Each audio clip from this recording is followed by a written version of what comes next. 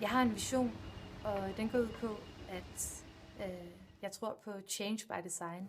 Jeg tror på, at jeg kan skabe et gadget i form af Bibit, som der kan gøre en masse menneskers liv en lille smule lettere, en lille smule sjovere. Og jeg vil rigtig gerne se en fremtid, hvor at vi kan bevæge os på en mere legende måde.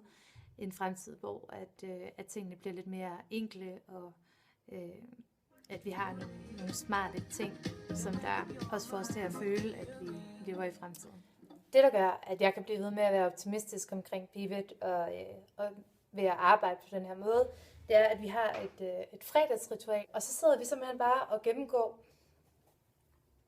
hvad det er for nogle ting, vi har sejret med. Så det vil sige, at vi har kun fokus på, hvordan vi har rykket os, og hvad vi er kommet i mål med, og så kan vi gå resten af ugen og kigge på, hvad det er for nogle hængepartier, vi har. Alle kører. Klap. Jeg tror på, at den bedste måde at lære på, det er simpelthen ved at kaste sig ud i det, og bare prøve det af.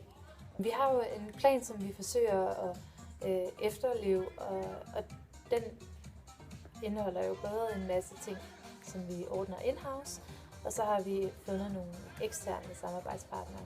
Af ofre, der har jeg stort set givet afkald på alt, hvad jeg havde af mail i tilværelse, og prioriteret at kunne købe Adobe-pakker, eller hvad jeg nu skulle bruge for at kunne komme videre med min virksomhed.